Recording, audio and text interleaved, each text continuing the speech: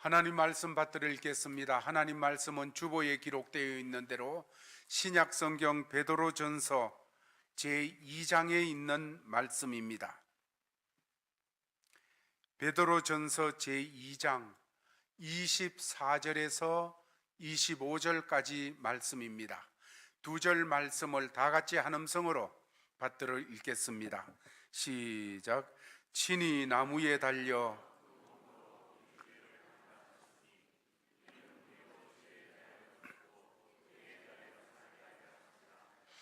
그가 채찍에 맞음으로 너희는 나음을 얻었나니 너희가 전에는 양과 같이 길을 잃었더니 이제는 너희 영혼의 목자와 감독 되신 이에게 돌아왔느니라.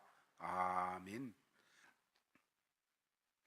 2017년도 마지막 주일이며 마지막 날입니다.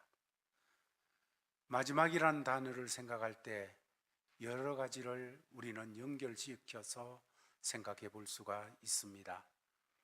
교회적으로 2017년을 살아올 때 참으로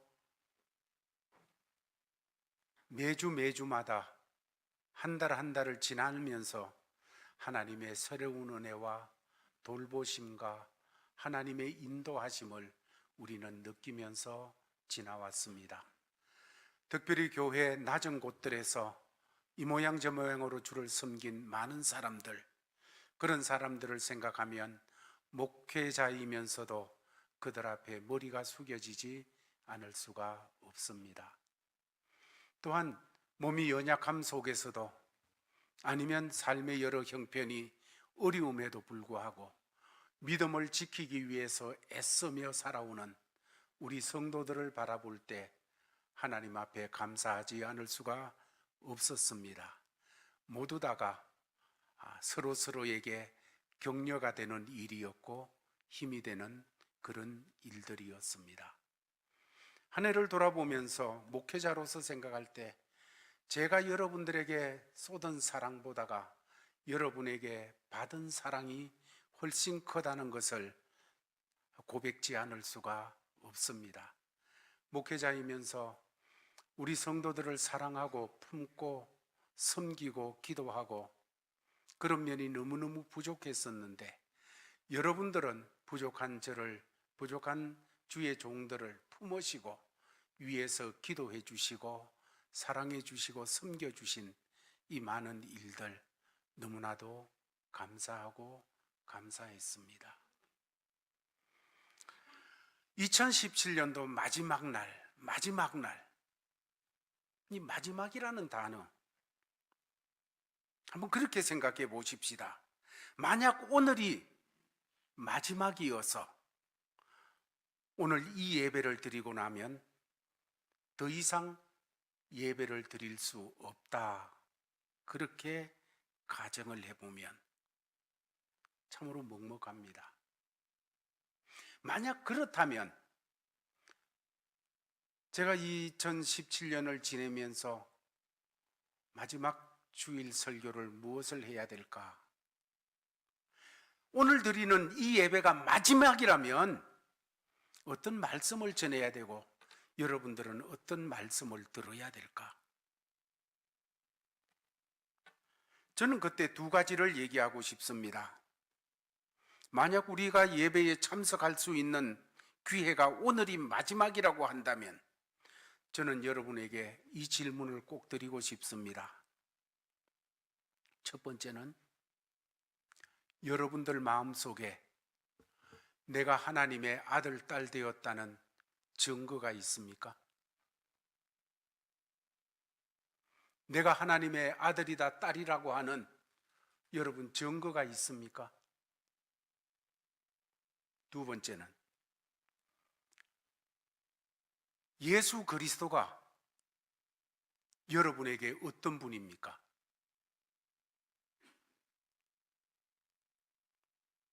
찬송하고 그 이름으로 기도하고 그 이름 붙들고 사는데 여러분 예수 그리스도가 여러분에게 어떤 의미입니까? 여러분 이 두 가지 질문에 분명하게 대답할 수 있어야 됩니다.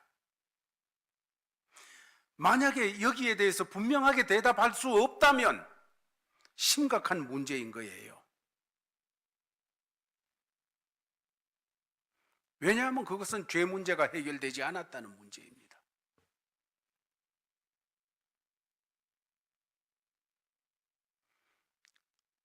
일 년 52주, 54주 주일을 우리가 같이 주를 섬기면서 목회자가 강단에 서서 말씀을 전하는데 여러 각도에서 말씀을 전하지만은 그 모든 핵심은 한 가지, 예수 그리스도가 누군가,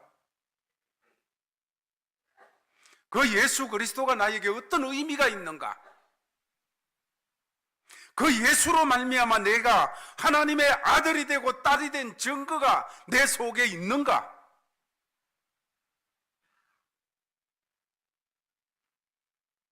이것이 확신이 없고 여기에 대해서 희미하다면 문제가 심각한 거예요. 죄 문제가 해결되지 않을 때 그럴 수밖에 없는 것이지요.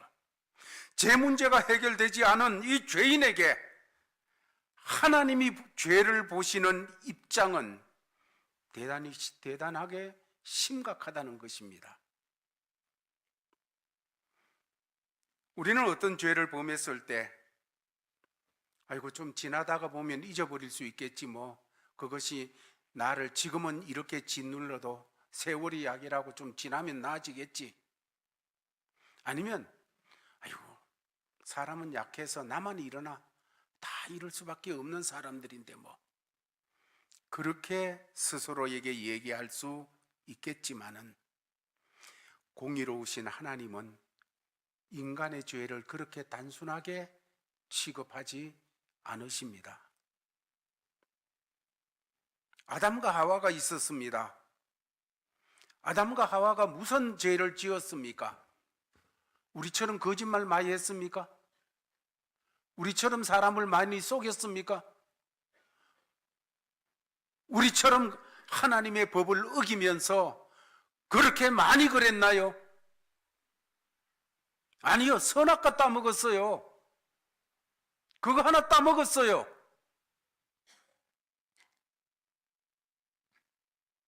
그런데 하나님은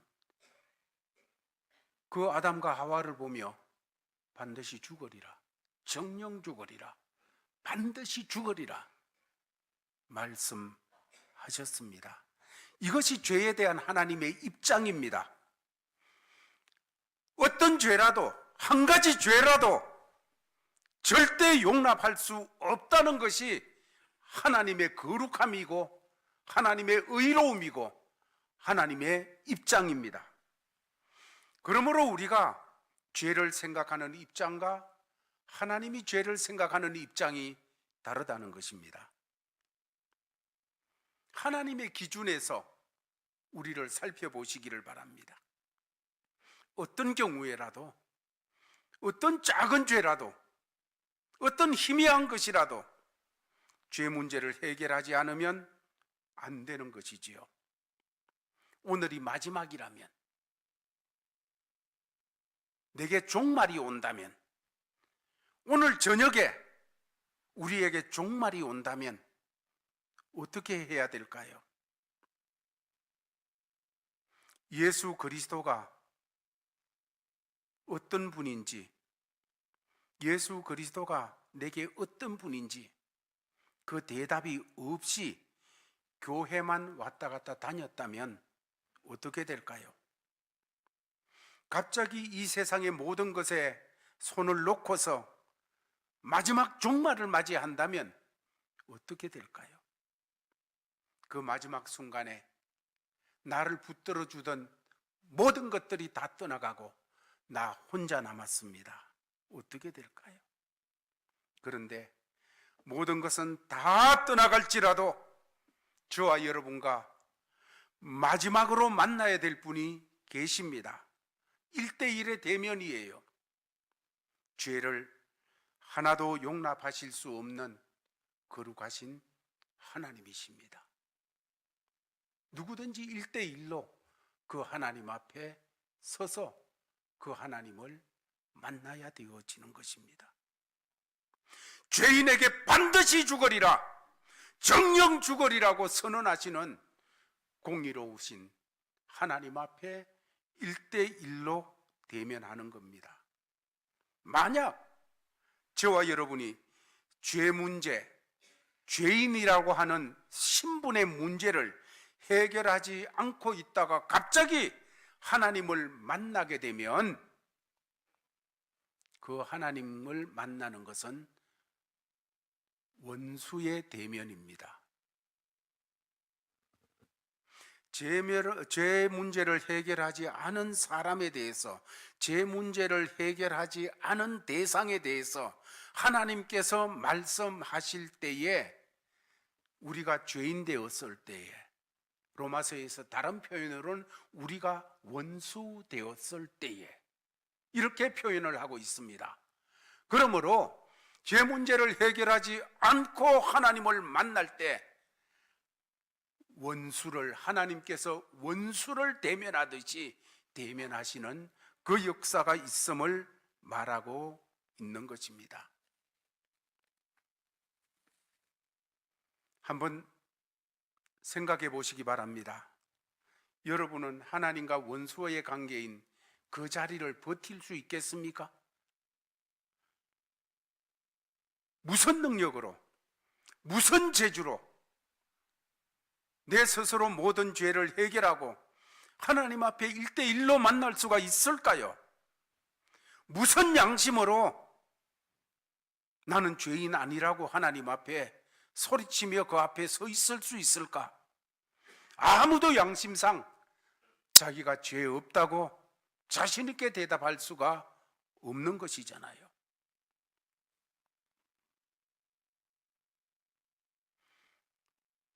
저는 이 시간 여러분에게 말씀드립니다. 여러분의 신앙이 아직도 바로 되어 있지 않다면 2017년 12월 31일 이 마지막 날에 오늘 말씀을 통하여 해결받으시기를 바랍니다. 예수 그리스도가 누구십니까? 여러분이 분명하게 대답할 수 있는 날이 되어지기를 바랍니다. 마태복음 24장 40절에서 41절까지 보면 예수님께서 이렇게 말씀을 하셨습니다. 다 같이 한번 읽어보겠습니다. 시작.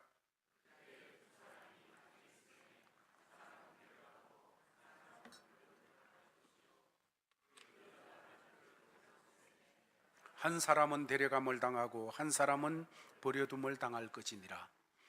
두 사람이 밭에서 있는데 한 사람은 데려감을 당하고 한 사람은 버려둠을 당하고, 두 사람이 맷돌질을 하고 있는데 한 사람은 데려감을 당하고 한 사람을 버려둠을 당하고.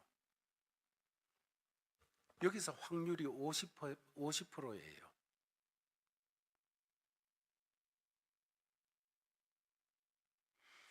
놀라지 마시기 바랍니다. 믿음이 좋고 질적으로 우수한 그런 교회라고 할지라도 정말 구원받은 사람의 숫자는 60%를 넘지 않는다는 그런 발표가 있습니다. 나머지 40%는 교회를 왔다 갔다 해도 예수가 누구신가에 대한 대답이 없고 죄 문제에 대한 확실한 처리가 되지 않은 사람들이라는 거예요.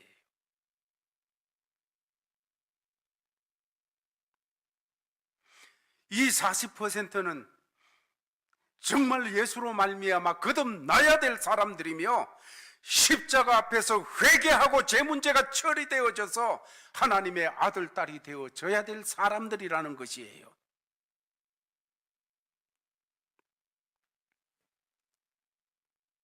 여러분, 이런 죄 문제를 해결하지 않고 그냥 지나갔으면 그냥 2018년도를 맞이하시려고 하면 안 됩니다. 언제 우리에게 마지막이 올지 모르기 때문이에요. 하나님과의 원수 관계에서 그분 앞에 일대일로 대면하지 않기 위해서 반드시 이 죄 문제가 해결되어져야 되는 거예요. 다시 한 번 더 여쭈어 보겠습니다. 예수 그리스도가 여러분들에게 어떤 분입니까? 하나님 앞에 여러분의 죄를 완전하게 해결받았습니까?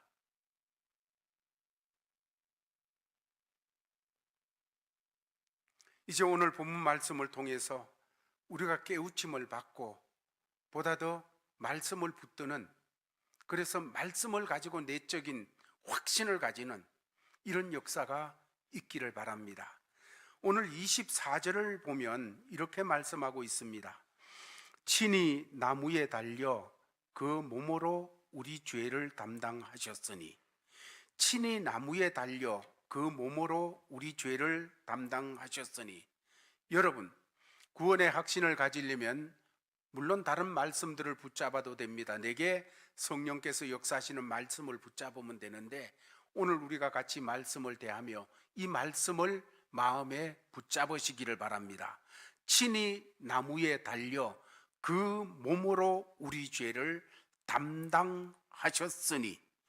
예수 그리스도는 죄가 없으신 하나님의 아들이십니다. 하나님의 아들이심에도 불구하고 친히라는 단어는 스스로 자진해서 나무에 달려 자기 몸으로 우리 죄를 담당하셨다고 말씀하고 있습니다. 여러분, 구원받은 사람은 이 말씀이 실감 있게 마음에 다가올 것입니다. 확신이 있는 사람은 이 말씀이 실감 있게 마음에 다가올 거예요. 이 말씀이 마음속에서 움직일 거예요. 내 주님 그렇습니다. 주님이 내 모든 죄를 담당하셨습니다.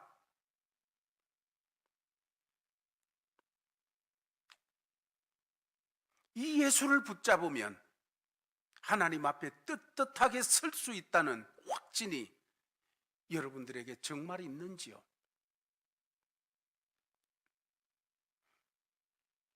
다시 오늘 본문의 말씀을 보면 친히 그 몸으로 나무에 달려 우리 죄를 담당하셨으니. 예수님이 그렇게 하셨다.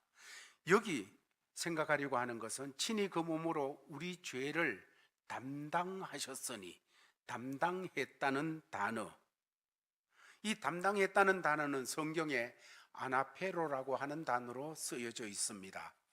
이 단어는 성경이 쓰여질 때 두 가지를 뜻했고, 그 당시 성경을 읽었던 사람들은 바로 이해할 수 있었습니다.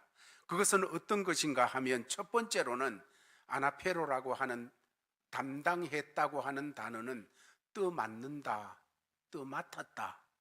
가령 군에 갔다 온 사람은 행군을 하다가 너무너무 힘들 때, 그냥 쓰러질 것 같을 때 옆에 친구가 그냥 내 것까지 짊어지고, 내 배낭과 내 것까지 군장을 짊어지고 가주는 그런 일들이 있습니다. 그 내용을 갖다가 떠맡았다, 담당했다, 이렇게 말하는 거예요. 사도 요한은 같은 단어를 쓰면서 예수님이 오실 때 말하기를, 세례 요한은 말하기를 세상 죄를 지고 가는 하나님의 어린 양이라. 세상 죄를 지고, 떠맡아서 지고 가는 하나님의 양이라. 혼자 세상의 모든 죄를 그분이 떠맡으시고 지어 걸어가시는 주님이시다. 이것이 담당이라는 뜻입니다. 그러면 이 말씀을 우리에게 적용시켜서 한 번 더 생각해 보십시다. 친히 나무에 달려 우리의 죄를 담당하셨으니, 그 몸으로 우리 죄를 담당하셨으니, 담당했다는 이 말은 저와 여러분의 과거에 범한 모든 죄를 혼자 떠맡으셨다는 것입니다. 친히 나무에 달려 그 몸으로 우리 죄를 담당하셨으니 내 과거의 모든 죄를 혼자 맡으셨다. 그것만 아닙니다. 이 담당했다는 이 말은 지금도 저와 여러분 마음속에 은근하게 숨겨둔 죄, 그 모든 죄를 대신 맡으시고 담당하셨다는 거예요. 거기까지가 아닙니다.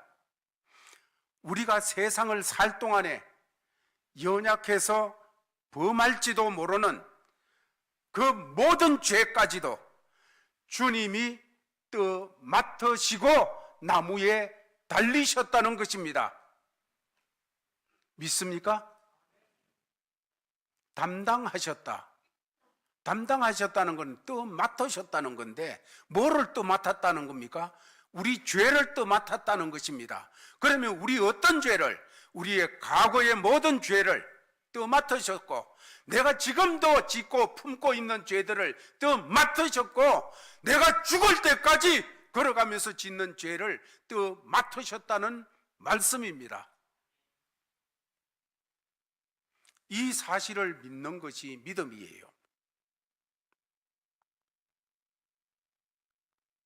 이것만큼 기쁜 소식이 있을까요? 이것만큼 감격스러운 것이 있을까요? 가령 내가 갚을 수 없는 몇십만 불이 있는데 그 빚을 어떤 사람이 어떤 연유로 해가지고 와가지고 대신 갚아준다고 할 때 정말로 그분을 대하면 눈빛이 달라지겠지요. 그분을 대하면 마음이 쿵쿵거리겠지요. 그분을 대하면 그냥 감격이 되겠지요. 여러분, 몇십만 불의 빚을 갚아줘도 그런데 내가 도무지 할 수 없는 내 모든 죄를, 날 때부터 죽을 때까지의 죄를 그분이 떠맡으시고 십자가에서 담당하신 그 예수를 부를 때, 그 예수를 대할 때 어찌 가슴이 두근거리지 않고, 어찌 감동이 없고, 어찌 감화가 없어야 되는 겁니까? 두 번째로, 담당했다는 것이 첫 번째는 맡았다 하는 뜻이 있고, 두 번째로 담당했다는 이 단어 속에는 희생제물이 되었다 하는 뜻이 있습니다. 희생제물이 되었다. 하나님이 어떤 분이십니까? 하나님은 죄에 대해서 참지도 못하시는 분입니다. 그런데 예수 그리스도가 우리의 모든 죄를 혼자 맡으시고, 그럴 때에 하나님께서 그를 보시면서 어떻게 하셔야 되는 겁니까? 심판밖에 없습니다.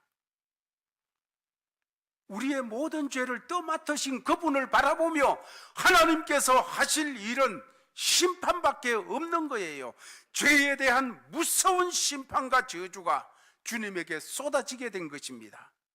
그리하여 예수 그리스도께서는 그 몸으로 나무에 달려, 십자가에 달려 우리의 죄를 담당하신 것입니다.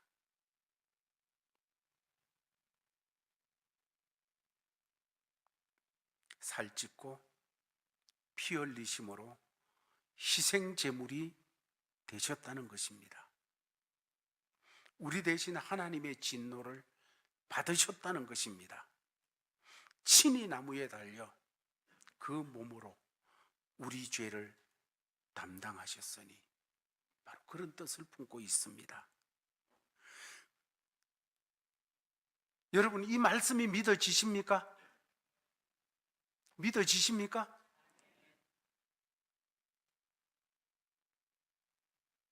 그 다음에 결과가 어떻게 나타납니까? 그렇게 되니까 24절 후반부에 보면 이는 우리로 죄에 대하여 죽고 의에 대하여 살게 하려 하심이라. 이는 우리로 죄에 대하여 죽고 의에 대하여 살게 하려 하심이라. 여기 죄에 대하여 죽고 말씀하셨는데, 죽었다는 이 말은 죽게 되면 어떻게 되어집니까? 관계가 끊어집니다. 죽었다는 것은 관계가 끊어지게 된 것이에요. 이제 죄와 관계가, 죄에 대해서 죽고 죄에 대해서 관계가 끊어져 버렸다는 것이에요. 죄 때문에 더 이상 고통당할 필요가 없다는 말입니다. 예수를 믿기만 하면 주홍같이 붉은 죄라 할지라도 십자가의 보혈로서 흰눈같이 깨끗하게 되어진다는 말씀입니다. 그리고 이제 하나님이 우리를 더 이상 심판하실 죄인으로 보시지를 않는 것입니다. 그렇게 보시지 않을 뿐만 아니라 하나님 눈에는 의롭다, 예수 그리스도를 통해서 보시기에 심판받으신, 죄값을 치르신 예수 그리스도를 통해서 우리를 보시기 때문에 우리를 의롭다 하십니다. 그래서 죄에 대해서 죽었다는 것은 죄에 대해서 해방이 되었다는 말씀입니다. 우리가 찬송을 부를 때 너희 죄 흉악하나 눈과 같이 희겠네, 너희 죄 흉악하나 눈과 같이 희겠네. 어떻게 해서 그렇게 되었습니까? 하나님의 아들이신 예수 그리스도께서 나무에 달려 우리 죄를 그분이 다 짊어지셨습니다. 또 맡으셨습니다. 뿐만 아니고 그분이 희생 제물이 되셔서 하나님의 죄에 대한 진노와 심판을 희생 제물로 받으셨습니다. 그렇게 되어졌으므로 누구든지 이 예수를 내 구주로 믿는 자, 그렇게 하신 일이 나를 위해 하신 일로 믿는 자에게는 죽음도 율법도 정죄하지 못합니다. 사탄도 우리를 하나님의 자녀된 것을 끊어낼 수가 없는 것입니다. 요한복음 10장 28절에서 그래서 이렇게 말씀을 주셨습니다. 내가 그들에게 영생을 주노니 영원히 멸망하지 아니할 터이요 또 그들을 내 손에서 빼앗을 자가 없느니라. 예수 그리스도를 믿는 자들에게 하나님의 자녀가 되는 권세를 주셨고 누구든지 빼앗을 수 없다고 말씀을 주십니다. 정돈하겠습니다. 아직도 이 진리가 무엇인지 잘 모르는 분이 계십니까? 저와 여러분이 어느 순간에 마지막을 당한다고 다시 한번 생각해 보시기 바랍니다. 어디 가서 죄 문제를 해결하고 하나님을 만나시겠습니까? 다른 길이 없습니다. 생명의 길은 예수밖에 없습니다. 그분이 담당하셨기 때문입니다. 또 맡으셨기 때문입니다. 그분이 희생 제물이 되셨기 때문입니다. 더 이상 미루지 마시기 바랍니다. 마지막이라는 이 단어 앞에서 더 이상 미루지 마시기를 바랍니다.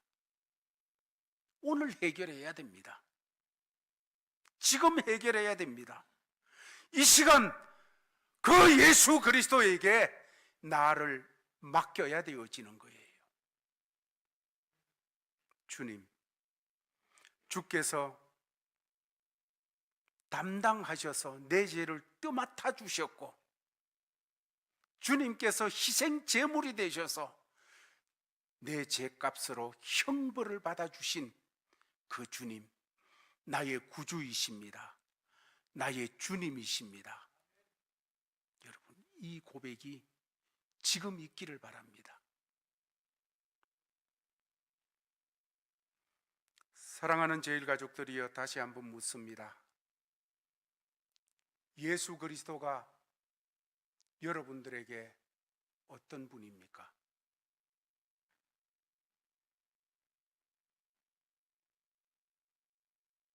예수 그리스도로 말미암아 하나님의 자녀 되었다는 확신이 있습니까? 그 확신 예언한다는 얘기 아니에요. 방언한다는 얘기 아니에요. 환상 본다는 얘기 아니에요. 그거 확신 아니에요. 하나님의 말씀이 있어야 됩니다. 그가 친히 나무에 달려 우리 죄를 담당하셨으니 이 말씀 붙잡는 오늘이 되기를 바랍니다. 그 말씀 다 깨닫지 못했어도 이 말씀의 저자이신 성령께서 여러분 마음속에 역사하셔서 이 말씀 언제든지 내놓으면서 하나님이 이렇게 하셨습니다. 예수님이 나를 위해서 이렇게 하셨습니다. 고백하면서 하나님 앞에서 우리의 삶을 감당해 나가시기를 바랍니다. 만약에 이 믿음 없으면 구원받지 못합니다. 믿음의 눈으로 십자가를 보시기 바랍니다. 주님이 이 말씀을 오늘도 주시는데 이 말씀을 한 귀로 듣고 한 귀로 흘리지 마시기 바랍니다. 예사롭게 듣지 마시기 바랍니다. 이 말씀 앞에 우리의 심령에 참으로 내 모든 걸 걸고 응답하시기를 바랍니다. 그래서 예수 그리스도 안에서 강건해지고 새해를 맞이할 때 더더욱 주님과 깊은 관계 속에서 만나는 역사가 있기를 주의 이름으로 축원합니다. 하나님 아버지 감사합니다. 말씀 받았사오니 이 받은 말씀 마음속에 성령님 역사하여 주셔서 참으로 그가 친히 나무에 달려 우리 죄를 담당하신 이 놀라운 사실로 말미암아 우리가 죄에 대해서는 죽은 자요 의에 대해서는 산 자가 되어진 이 놀라운 은혜 받은 사람들임을 간증하고 고백하고 확신 속에 살아가는 우리 제일 가족들 되도록 역사하여 주시옵소서. 모든 성도들 되게 하여 주시옵소서. 예수님 이름으로 기도하옵나이다. 아멘. 아버지 하나님, 말씀을 받고 주님 주신 삶의 자리로 나아갑니다. 친히 나무에 달려 우리 죄를 담당하신 주님 감사합니다. 이 놀라운 결과로 죄에 대해서 죽고 의에 대해서 살게 하신 하나님 감사합니다. 이 믿음 가지고 세상에 나가서 살아갈 때 이렇게 해주신 우리 주님께서 걸음걸음마다 역사하여 주시고 모든 삶의 자리에 눈동자처럼 살펴주시며 은혜로 역사하여 주시옵소서. 이런 자세로 주신 삶의 자리로 나아가는 모든 믿음의 권속들에게 주 예수 그리스도의 크신 은혜와 하나님 아버지의 사랑과 성령의 교통하심이 항상 함께 있을지어다.